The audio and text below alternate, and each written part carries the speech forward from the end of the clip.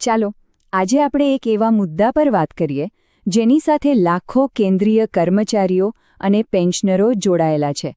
આ આખી વાત શું છે, ચાલો એને ઊંડાણપૂર્વક સમજીએ. હમણાંથી એક નવી જ વાત ચર્ચામાં છે. 18 મહિના નહીં પણ પૂરા 36 મહિનાના એરિયર્સની. પણ સવાલ એ છે કે આ 36 મહિનાનો આંકડો આવ્યો ક્યાંથી અને શું આ ખરેખર શક્ય છે? તો જુઓ, આ 36 મહિનાની ગણતરી કોઈ એક મુદ્દા પર નથી. એમાં બે અલગ અલગ 18 મહિનાના ગાળાની વાત છે. એક તો ભૂતકાળનો છે અને બીજો ભવિષ્યનો. અને એટલે જ કહેવાય છે કે આ માત્ર પૈસાની વાત નથી. આ તો જીવન, સંઘર્ષ, પોતાના હકની લડાઈ અને એક લાંબી, બહુ લાંબી રાહની કહાણી છે. આની ભાવનાત્મક અસર પણ એટલી જ ઊંડી છે. સારું, તો ચાલો આ 36 મહિનાની ગૂંચને ઉકેલીએ. સૌથી પહેલાં વાત કરીએ એ પહેલા 18 મહિનાની, જેનો સીધો સંબંધ કોવિડ-19 મહામારી સાથે છે. યાદ હશે કે મહામારીના સમયમાં સરકારે મોંઘવારી ભથ્થાના એટલે કે ડીએ અને ડીઆરના 3 હપ્તા રોકી દીધા હતા.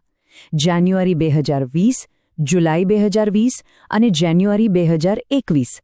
આ 3 હપ્તા ફ્રીઝ કરી દેવાયા હતા. અને હવે આ જ મુદ્દાને કાયદાકીય રીતે પડકારવામાં આવ્યો છે. એક વાત ખાસ સમજવા જેવી છે. આ ડીએ-ડીઆર કોઈ બોનસ કે ઇનામ નથી. આ તો મોંઘવારી સામે ટકી રહેવા માટે, પગાર અને પેન્શનની ખરીદ શક્તિ જાળવી રાખવા માટેની એક વ્યવસ્થા છે. અને હવે આ આખો મામલો પહોંચ્યો છે સુપ્રીમ કોર્ટમાં. કોર્ટે સરકારને સ્પષ્ટપણે કહ્યું છે કે 25 ડિસેમ્બર 2025 સુધીમાં જવાબ આપો. એટલે હવે સરકાર પાસે બહુ સમય નથી. અને રકમ પણ કંઈ નાની સૂની નથી. વાત છે 34,000 કરોડ રૂપિયાથી પણ વધારેની. અને એ પણ શક્ય છે કે સુપ્રીમ કોર્ટના જૂના ચુકાદા મુજબ આ રકમ પર વ્યાજ પણ ચૂકવવું પડે.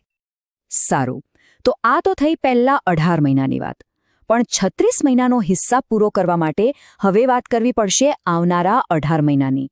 અને આનો સંબંધ છે 8મા પગારપંચ સાથે. હવે જુઓ, આ કેવી રીતે કામ કરે છે. જ્યારે પણ નવું પગારપંચ આવે, જેમ કે 8મું પગારપંચ 1 જાન્યુઆરી 2026થી લાગુ થશે, પણ તેનો રિપોર્ટ તૈયાર કરવામાં અને બધી પ્રક્રિયા પૂરી કરવામાં લગભગ 18 મહિના નીકળી જાય છે. તો આ જે 18 મહિનાનો ગેપ પડે ને, એ સમયગાળાનો એરિયર્સ બને છે. એટલે આ બીજા 18 મહિના અહીંથી આવે છે. અને આ 8મું પગારપંચ ફક્ત પગાર વધારવા માટે નથી. એમાં ઘણા મોટા સુધારાની પણ ચર્ચા છે. જેમ કે ડીએને બેઝિક પગારમાં ભેળવી દેવું, ફિટમેન્ટ ફેક્ટર વધારવો, પેન્શનમાં પણ મોટો વધારો થઈ શકે છે, મેડિકલ ભથ્થું વધારવાની વાત છે અને કરમુક્ત પેન્શનની પણ શક્યતા છે. એટલે આશા ઘણી મોટી છે. એટલે સમજવા જેવું એ છે કે આ લડાઈ ફક્ત એરિયર્સ પૂરતી સીમિત નથી. આ તો એક મોટો બહુઆયામી પ્રયાસ છે. એક સાથે ઘણા બધા મોરચે કામ થઈ રહ્યું છે. આનું એક મોટું ઉદાહરણ છે સાંસદ જ્હોન બ્રિટાસનો પત્ર.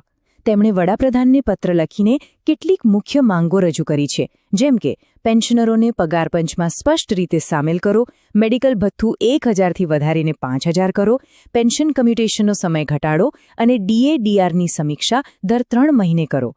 આ બધી ખૂબ જ મહત્વની માંગણીઓ છે. અને હા, એક સૌથી મોટો મુદ્દો છે જૂની અને નવી પેન્શન સ્કીમનો. જૂની પેન્શન સ્કીમમાં કર્મચારીએ કોઈ પૈસા ભરવાના નહોતા. જ્યારે નવી પેન્શન સિસ્ટમ એટલે કે એનપીએસમાં 10% યોગદાન આપવું પડે છે. તો મુખ્ય માંગ એ જ છે કે આ 10% યોગદાન બંધ થવું જોઈએ. દલીલ એવી છે કે જો સરકાર લાભની ગેરંટી આપતી જ હોય તો પછી કર્મચારી પાસેથી પૈસા શા માટે લેવા?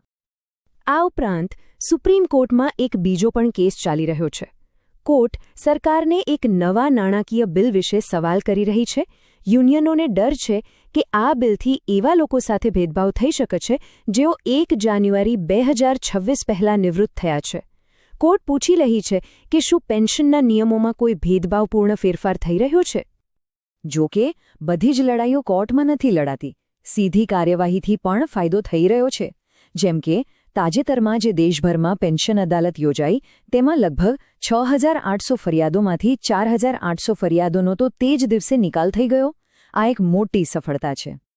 તો આટલી બધી બાબતો એક સાથે ચાલી રહી છે, કોર્ટ, કમિશન, સરકાર. તો સવાલ એ છે કે હવે આગળ શું થશે? રસ્તો કઈ તરફ જઈ રહ્યો છે?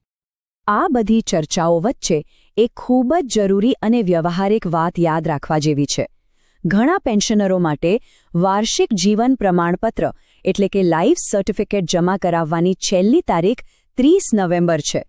પેન્શન ચાલુ રહે તે માટે આ કામ સમયસર કરવું ખૂબ જ જરૂરી છે. તો ટૂંકમાં કહીએ તો સ્થિતિ અત્યારે આવી છે. સુપ્રીમ કોર્ટ સરકારના જવાબની રાહ જોઈ રહી છે. 8મું પગાર પંચ પોતાનો રિપોર્ટ તૈયાર કરી રહ્યું છે અને સરકાર પર કાનૂની અને રાજકીય બંને રીતે દબાણ છે કે તે 25 ડિસેમ્બર સુધીમાં પોતાનો પક્ષ રજૂ કરે.